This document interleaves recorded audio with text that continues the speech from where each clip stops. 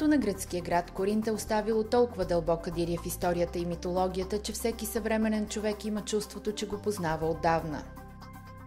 Είναι χαρακτηριστικό ότι η αρχαία Κόρινθος και κατά τη διάρκεια των Μυδικών πολέμων αλλά και καθ' όλη τη διάρκεια της ύπαρξής της αποτέλεσε μία από τις τρεις ισχυρές ελληνικές πόλεις και μάλιστα από τις ελληνικές πόλεις η οποία δεν θέλησε κατά μείζωνα λόγο να υποτάξει λαούς, παρά προσπάθησε μέσω της εμπορικής της διάστασης να φέρει κοντά μία σειρά από πόλεις και λαούς. Είναι χαρακτηριστικό μάλιστα ότι το τέλος του αρχαίου ελληνικού κόσμου σηματοδοτείται μόνο με την καταστροφή της Κορίνθου το 146 π.Χ. από τις Ρωμαϊκές λεγεώνες. Древният град-държава Коринт почти съвпада с днешната област Коринтия. Κορινθίας είναι ένας νομός που έχει ισορροπημένα, θα λέγαμε, αναπτύξει και την αγροτική παραγωγή και τον τουρισμό και την βιομηχανία. Και σε αυτούς τους χώρους υπάρχουν αντίστοιχες μονάδες, στον αγροτικό χώρο είτε μονάδες συσκευαστηρίων και εινοποιεία, στον τουριστικό χώρο τα μεγάλα ξενοδοχεία, αλλά και στο βιομηχανικό μεγάλες επιχειρηματικές μονάδες που είναι εγκατεστημένες στο νομό μας. Χαρακτηριστικό είναι ότι η Κορινθία έχει τις περισσότερες βιομηχανίες, έχει τη μεγαλύτερη βιομηχανική συγκέντρωση από όλους τους νομούς της Πελοποννήσου. Античност и модерност – двете лица на Коринтия.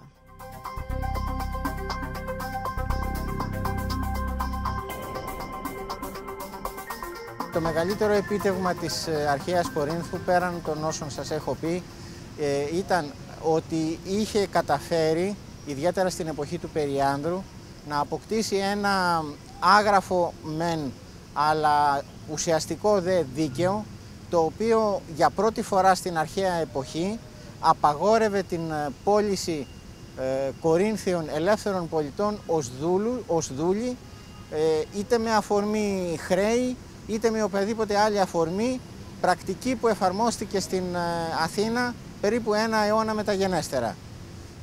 Από την άποψη αυτή ο Περίανδρος ήταν ένας από τους μεγαλύτερους Έλληνες ηγέτες και δικαίως πιστεύω ότι έχει καταταχθεί ανάμεσα στους 7 σοφούς της πόλης. Πλέον τούτον θα μπορούσα να παριθμίσω, όπως είπα και προηγουμένως, την εφεύρεση της τριήρους, την δημιουργία πολύ μεγάλων τεχνικών έργων όπως το αρχαίο λιμάνι του Λεχαίου, που είναι ένα από τα μεγαλύτερα του αρχαίου κόσμου, εξ ολοκλήρου τεχνητό και μέσα στην στεριά. Θα μπορούσα να αναφέρω την μετατροπή της Λευκάδας, απικίας της Κορίνθου, σε νησί, διότι η Λευκάδα ήταν ενωμένη με την Ήπειρο και λόγω των επιθέσεων που δέχονταν οι Κορίνθιοι μηχανικοί με επικεφαλή στον Γόργο απέκοψαν το νησί από την Ήπειρο. Θα μπορούσα να αναφέρω βεβαίως το Δίολκο, το πρώτο μέσο σταθερής τροχιάς στον κόσμο.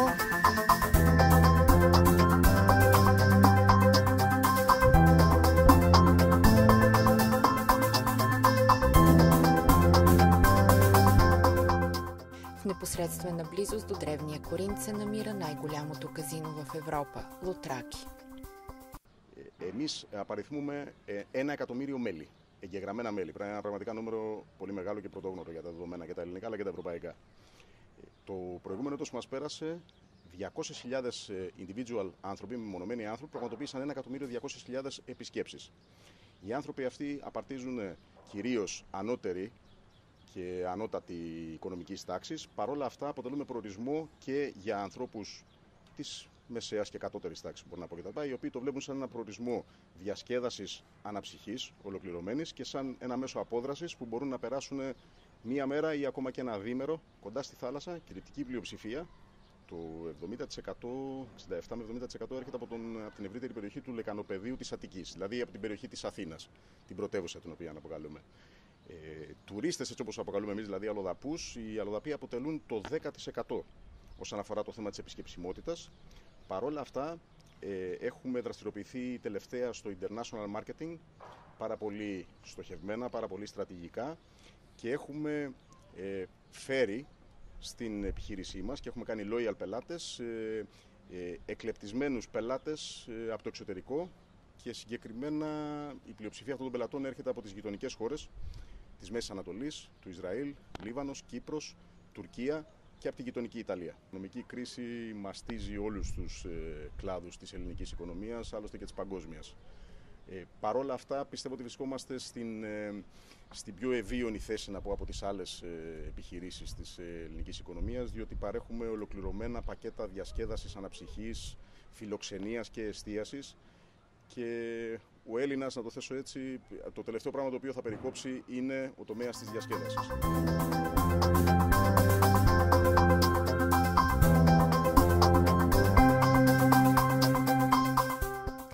Съседната Немея днес се прочута с хубавите си червени вина, а в древността е ставала средище на едни от най-популярните атлетически игри.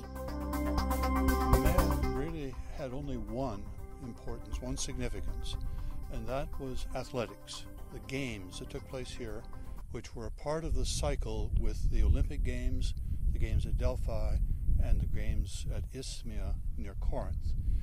The Nemean Games, as a part of this cycle, shared with those other games a sacred truce, an ekakeria, for which wars were stopped during the time of the games, shared with the others a victory prize, which was a crown of vegetable matter. Olive at Olympia, here at Nemea, it was of wild celery.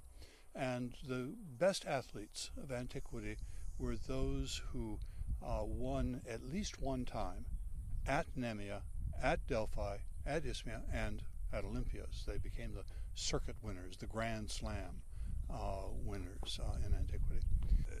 They left Nemea in the 4th century before Christ and went to Argos, and then they came back around 330 BC. Perhaps a little earlier. It seems that Philip, the king of Macedon, insisted that the games come back to Nemea. After all, Nemea was where the Heracles lion was. Kings of Macedonia in antiquity claimed that their heritage came from Argos by way of Heracles, and so they showed themselves with the lion skin on top of their head. So there was an identity between Nemea and the lion and the kings of Macedonia. Лозарството в Немея има история от 6000 години. Η Νεμέα πήρε μέρος στον Τροϊκό πόλεμο. Το κρασί της περιοχής, της εποχής εκείνης, από αυτήν εδώ την περιοχή, ήταν αυτό που τροφοδοτούσε το παλάτι του Αγαμέμνονα. Στη συνέχεια έχουμε την Φλιούντα, είναι το εκκλησάκι εδώ πιο επάνω, δωρική εποχή, όπου ο φλιάσιος ίνος, ο ίνος δηλαδή που γινόταν σε αυτήν εδώ την περιοχή, τροφοδοτούσε την αγορά της Αθήνας, παρότι η Φλιούντα τότε ήταν σύμμαχος των Σπαρτιατών. Το κρασί ήταν ερυθρό και αυτό μας δείχνει ότι από εκείνα τα χρόνια ξέρανε τη μέθοδο της ερυθράς συνοποίησης. Η αμπελοϊνική Νεμέας είναι ονομασία προέλευσης ανωτέρας ποιότητας και είναι περίπου 20-25.000 στρέμματα. Έχουμε μία παραγωγή γύρω στους 25.000 τόνους αγιοργήτικο. Χωρίζεται σε 3 υποζώνες ανάλογα με το υψόμετρο. Εδώ στο συνεταιρισμό υπάρχουν 2.000 συνεταίροι και παίρνουμε περίπου τον κάθε χρόνο γύρω στους 8.000 τόνους. Από τους 8.000 τόνους σε σταφύλι οι 6.000 γίνονται κρασί, από αυτό το 40% εμφιαλώνεται και από αυτό το 40% το 60% που εμφιαλώνεται βγαίνει κυρίως στην Ευρωπαϊκή Ένωση, στις χώρες όπως είναι η Γερμανία, η Ολλανδία, το Βέλγιο. Αυτές είναι οι κυριότερες χώρες πελάτες μας. Μία ποσότητα επίσης πριν μερικά χρόνια είχαμε δώσει και σε χύμα κρασί αλλά και εμφιαλωμένο και στη Ρωσία. Τελευταία οι βλέψεις μας είναι προς την Κίνα, όπου μεγάλες ποσότητες εμφιαλωμένου κρασιού πηγαίνουν προς τα εκεί.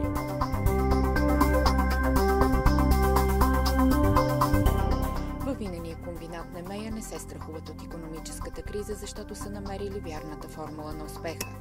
Качествено вино на относително ниска цена.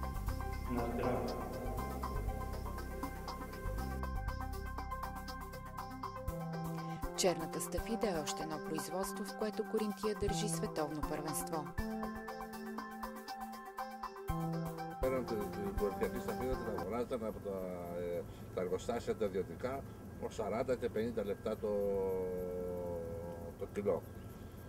Αγοράζοντας το εργοστάσιο αυτό η ΣΚΟΣ το 2006, αμέσως το προϊόν έχει μια ανωδική πορεία, έφτασε στο 1 ευρώ. Δηλαδή ο παραγωγός πήρε 50 λεπτά επιπλέον. Πήρε 50 λεπτά και έφτασε στο 1 και συνέχεια τώρα έχει μια ανωδική πορεία. Το εργοστάσιο μας κάνει περίπου 2.500 με 3.000 τόνους. Με προοπτική εφέτος, μετά με τη συγχώνευση με το άλλο ηλεκτρικό εργοστάσιο της Κωσής, που υπάρχει και ένα άλλο εργοστάσιο της Κωσής, να φτάσουμε, αν η παραγωγή είναι και καλή, να φτάσουμε τους 4 με 5.000 τόνους. Υπάρχει προοπτική εξαγωγών, έχουμε τους πελάτες. Αυτή τη στιγμή που μιλάμε έχουμε έναν Τούρκο ο οποίος παίρνει αρκετή ποσότητα κορινθιακής ταφίδας και πιστεύουμε ότι θα πάμε πάρα πολύ καλά. Εξάγουμε Αγγλία, Ολλανδία, Γερμανία, Καναδά, Αυστραλία.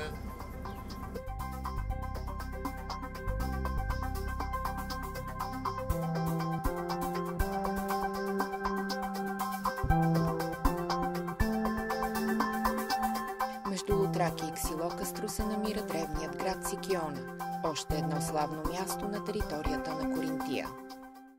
Αυτό που αξίζει να τονίσουμε είναι περισσότερο η συνεισφορά, η προσφορά της αρχαίας Σικιώνας στις τέχνες. Οι αρχαίοι Σικιώνοι δεν ήταν φιλοπόλεμος λαός και αυτό είναι λογικό από το σημείο που βρίσκεται χτισμένη η πόλη, η οποία μάλλον ρομαντισμό έτσι, στον άνθρωπο προσφέρει περισσότερο παρά έχθρα, μίσος και αυτά. Γι' αυτό δεν ήταν ποτέ καλοί πολεμιστές και όποτε στους περισσότερους πολέμους που συμμετείχαν έχαναν. Όμως η προσφορά τους στις τέχνες ήταν, θεωρώ, από η πιο αξιοσημείωτη στην αρχαία ιστορία. Συγκεκριμένα στην γλυπτική και στη ζωγραφική υπήρχαν ιδιαίτερες σχολές και μάλιστα, όπως λένε οι ερευνητές, πάρα πολύ ακριβές στα μαθήματα που έδιναν οι δάσκαλοι των σχολών αυτών στους μαθητές τους. Μπορούμε λοιπόν να θυμηθούμε τον Λύσιππο, που είναι η κορυφαία μορφή της γλυπτικής στον ελλαδικό χώρο. Να σας θυμίσω ότι ο Λύσιππος ήταν ο αποκλειστικά καλλιτέχνης που αποθανάτιζε το Μέγα Αλέξανδρο και βέβαια και τους στρατηγούς του στις εκστρατείες που είχε κάνει αυτός ο μεγάλος για την ελληνική πραγματικότητα, αυτή η μεγάλη προσωπικότητα. Ο Λυσίκρατος, ο αδερφός του, ο οποίος επίσης ήταν πολύ σημαντικός γλύπτης, και βέβαια οι επίγονοί τους. Ксилокастро и Лутраки са две курортни градчета, които се борят с икономическата криза. Η χώρα μας, η Ελλάδα, το μόνο κομμάτι που μπορεί να βοηθήσει είναι ο τουρισμός. Αυτή τη στιγμή υπάρχουν πάρα πολλά προβλήματα που όλοι γνωρίζουμε και είναι γνωστό σε όλους, ακόμα και σε οποιοδήποτε Έλληνα να ρωτήσεις, ότι ο τουρισμός είναι εκείνο, και όταν εννοούμε τουρισμό εννοούμε τα πάντα γύρω από τον τουρισμό, όχι μόνο ξενοδοχεία, αλλά όλες οι επιχειρήσεις που έχουν άμεση σχέση με τον τουρισμό. Είναι γνωστό σε όλους ότι αυτό είναι η μόνη διέξοδο για να βγούμε από την κρίση. Το θέμα είναι κατά πόσο μπορούμε να το εκμεταλλευτούμε και κατά πόσο μπορούμε να είμαστε σοβαροί, έτσι ώστε αυτό να έχει τόσο μεγάλη ανάπτυξη, για να μπορέσουμε σιγά σιγά, μαζί βέβαια με όλα τα άλλα που καθημερινά με το Διεθνές Νομισματικό Ταμείο βιώνουμε, να μπορέσουμε να έχουμε μια μικρή ανάπτυξη για τη χώρα μας. И селските стопани са убедени, че могат да допринесат за излизането от икономическата криза. Εδώ και 3 χρόνια περίπου ήταν φυσικό επόμενο, δεν μπορούσαμε να ζούμε με δανεικά. Ήταν στα πλαίσια μιας στρεβλής ανάπτυξης που έγινε στην Ελλάδα τα τελευταία χρόνια, ότι πήγαν λεφτά, θα το πω λαϊκά, χαράμι, τα περισσότερα προγράμματα τα οποία δόθηκαν από την Ευρωπαϊκή Ένωση σε καλές εποχές, όχι εποχές κρίσης, για να επενδυθούν στον αγροτικό τομέα, στην αγροτική οικονομία, να γίνουν έργα υποδομής, αυτά γίνανε οτιδήποτε άλλο εκτός από επενδύσεις. Γίνανε αγροτικά αυτοκίνητα, γίνανε καταναλωτικά αγαθά, τα οποία φυσικά αυτή τη στιγμή ήρθε η στιγμή να τα πληρώσουμε.